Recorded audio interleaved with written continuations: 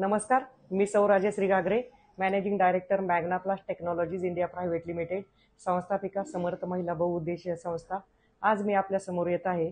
येणाऱ्या 5 जानेवारीला प्रदर्शित होणाऱ्या सत्यशोधक चित्रपटाच्या निमित्ताने मला समजलेल्या सावित्रीमाई आपणा सर्वांसमोर मी स्पष्ट करणार आहे की सावित्रीमाई नुसत्याच भारतातील पहिल्या महिला शिक्षिका नसून त्या एक एंटरप्रेन्योर होत्या, त्या एक समाजसेविका होत्या. आणि आपण घेतलेलं शिक्षण फक्त पुस्तकी ज्ञानच नसून ते शिक्षण किती प्रकारे होऊ शकतं, शिक्षणाची नेमकी व्याख्या काय, शिक्षण घेऊन आम्ही स्त्रियांनी काय केलं पाहिजे, याचा सगळा बोध आपल्याला या चित्रपटातून येणारच आहे. तरी मी एकदा परत आपल्याला स्पष्ट करू इच्छिते की शिक्षण हे फक्त पुस्तकी शिक्षण नसून त्यामधून तुम्हाला सामाजिक भान जपता आलं पाहिजे. शिक्षणातून तुम्हाला प्रॅक्टिकली कसं वागता आलं पाहिजे. कारण पुस्तकी ज्ञान सगळेच घेतात, पण त्या शिक्षणामधून आपण समाजासाठी काय करू शकतो, आपल्या कुटुंबासाठी काय करू शकतो. चला, कुटुंबासाठी तर सगळेच करत असतील, पण त्यांना मी एंटरप्रेन्योर हा शब्द का वापरला, कारण मी स्वतःही एंटरप्रेन्योर आहे, एक समाजसेविका आहे. समर्थ महिला व उद्देशीय संस्थेच्या माध्यमातून आपल्या SMBS या संस्थेमध्ये, या NGO मध्ये जवळपास 1,500 पेक्षा जास्त महिला कार्यरत आहे. मग या फक्त उद्योजकाच आहे का? नव्हे. उद्योजिका असून काहींना उद्योग करायचा आहे, व्यवसाय करायचा आहे, पण दिशा भेटत नाही. चालू व्यवसाय आहे, ठप्प पडलाय, व्यवसाय वाढत नाही. तर अशा प्रकारे त्यांना व्यवसायाला गती देण्यासाठी काय करता येईल यासाठी वेगवेगळी व्यावसायिक प्रशिक्षणं लावली जातात. ज्या महिलांना शिक्षणाचा अभाव आहे, परंतु महिला बचत गटाच्या माध्यमातून त्यांना काहीतरी करायचंय, मला स्वतःला उभं राहायचंय, कुटुंबाला आर्थिक भार लावायचा आहे, यासाठी महिलांची आपल्याकडे सदस्य नोंदणी होत असते. पण मला या सावित्रीमाई सत्यशोधक चित्रपटाच्या माध्यमातून हे सांगायचंय की सावित्रीमाई फक्त घरीच बसल्या असत्या आणि म्हणाल्या असत्या की मला शिक्षण चालू करायचंय, मला शाळा चालू करायची आणि तुम्ही माझ्या घरी या. शक्य झालं असतं का? नसतं, नक्कीच शक्य झालं नसतं. तर त्यांनी काय केलंय की आम्हा स्त्रियांना 4 भिंतीच्या बाहेरचे, चूल आणि मूल याच्या पलीकडचं एक भव्य दिव्य विश्व दाखवलेलं आहे, शिक्षणाच्या माध्यमातून दाखवलंय. आणि ज्यावेळेस 1848ला पुण्यातील भिडेवाड्यामध्ये पहिली शाळा काढली, यावरच त्या थांबल्या का? नाही. 1852 पर्यंत त्यांच्या जवळपास 22 पेक्षा जास्त शाळा झालेल्या होत्या. आणि त्यांनी ही पतीच्या क्रांतीज्योती ज्योतिबाराव फुले यांच्या इच्छा मिळून हे केलंय. मग मला स्त्रियांना हाही संदेश द्यायचा आहे की आम्ही कुठंतरी एखादा व्यवसाय करतो, कुठंतरी स्वतः सक्षम होतोय, मग आम्ही खूप मोठे झालो, आम्हाला काहीच गरज नाही, कुटुंबाची नाही, पतीची नाही, असा मेसेज दिला का त्यांनी? नाही. पतीच्या इच्छा मिळून त्यांनी सामाजिक भान जपलंय. पहिलं कुटुंबाला प्रायोरिटी दिल्या. मग आम्हाला काम करत असताना ज्या अडचणी येतात की आम्हाला सामाजिक निंदेला सामोरं जावं लागतं, निंदा त्यांच्या बरोबर झाली नाही का? नक्कीच झाली. त्यांनी चिखला मातीचे शेण गोळे सहन केले. आणि याचं उत्तर कसं दिलंय त्यांनी? शिक्षणाने दिलं, शिक्षणाची द्वारे खुली केली. आम्ही उत्तर कसं देतोय? आम्ही शब्दाला शब्द देऊन शब्द वापरले जातात. तर कधी आपल्या कामातून उत्तर भेटलं पाहिजे, हा मेसेज या चित्रपटातून आपल्याला मिळणार आहे. बरं, तेवढ्यावरच त्या थांबल्या का? त्यांना मी महिला उद्योजिका का म्हटलंय? का त्यांनी एकापेक्षा जास्त शाळा बनवत गेल्या. मी एकटी सक्षम झाले, मला एकटीला मोठेपणा भेटला, मी मुख्याध्यापिका झाले, यावर त्या बसल्या का? त्यांनी अनेक मुख्याध्यापिका तयार केल्या. म्हणजे मी किती पुढे गेले यापेक्षा मी किती जणींना घेऊन पुढे गेले, हा मेसेज मला नेहमी आवडतो सावित्रीमाईंकडून. म्हणूनच मी सक्षम झाले, म्हणून माझ्या 1500 महिला सक्षम केल्याय आणि संपूर्ण महाराष्ट्रभर हजारोनी महिला आपल्याला सक्षम करायच्या आहे. म्हणून मी त्यांना एंटरप्रेन्योर उद्योजिका म्हटलेलं आहे.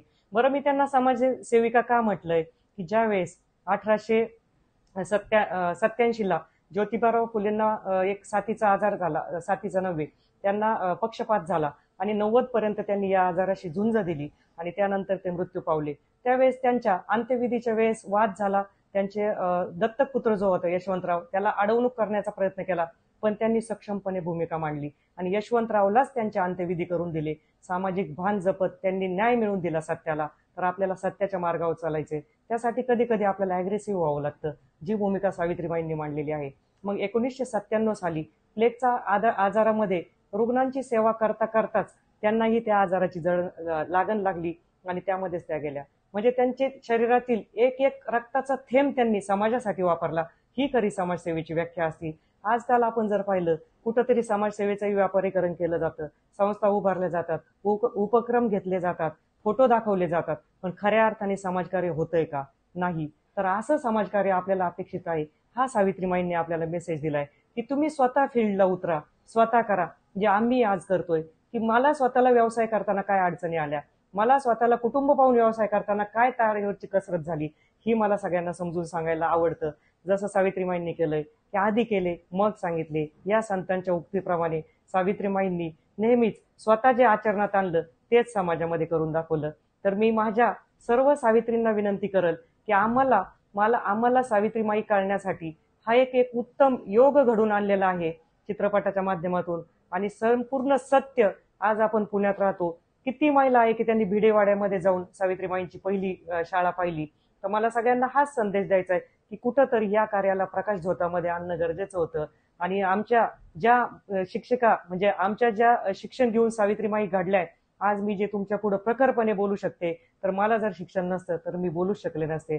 आज प्रवरानगर सारख्या ग्रामीण भागामध्ये माझा जन्म झाला, नोकरदार शेतकरी कुटुंबामध्ये जन्म झाला, आणि भोसरी सारख्या औद्योगिक नगरीमध्ये येत असताना, पिंपरी चिंचवड सारख्या उद्योग नगरीमध्ये येत असताना फक्त एक आध्यात्मिक मला वसा होता. श्री स्वामी समर्थ महाराजांची मी सेवेकरी असल्याने माझे गॉडफादर स्वामी होते. आणि इथं पाय रोवताना अनंत अडचणी आल्या, अनंत संघर्ष होता, कुठलीही गोष्ट सहजासहजी शक्य होत नव्हती.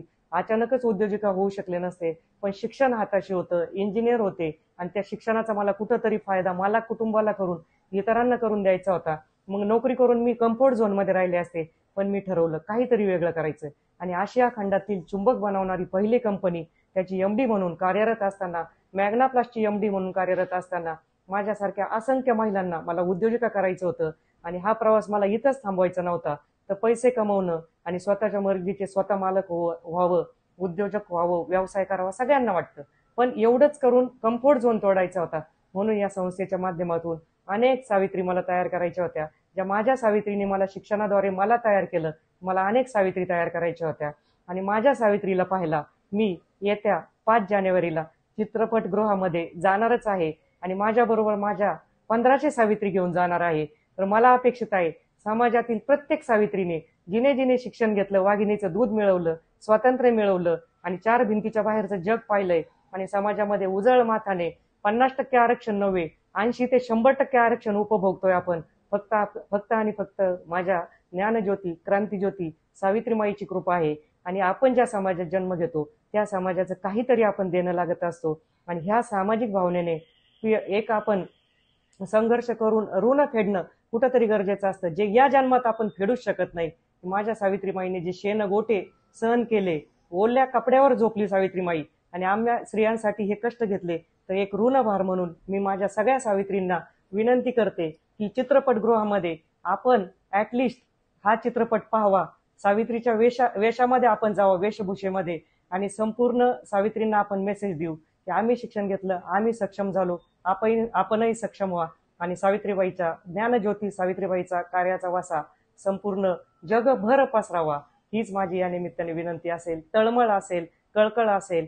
आणि मला या चित्रपटाच्या निमित्ताने आदरणीय संदीप जोशी सरांनी, ज्यांनी या चित्रपटाचं प्रोडक्शनमध्ये, कास्टिंगमध्ये आणि संपूर्ण महाराष्ट्रभर बुकिंग जे करत आहे, त्यांनी मला हे बोलण्याची संधी दिली, त्याबद्दल मी त्यांचेही आभार मानते. आणि परत एकदा कळकळीची विनंती करते, आपण सगळ्या भेटूच चित्रपटगृहामध्ये. आणि सगळ्यांनी मी सांगितलं त्याप्रमाणे मला समजलेल्या सावित्रीबाई सोप्या करून सगळ्यांना समजून सांगा आणि चित्रपट पहा, हीच विनंती करते. धन्यवाद. जय हिंद, जय महाराष्ट्र.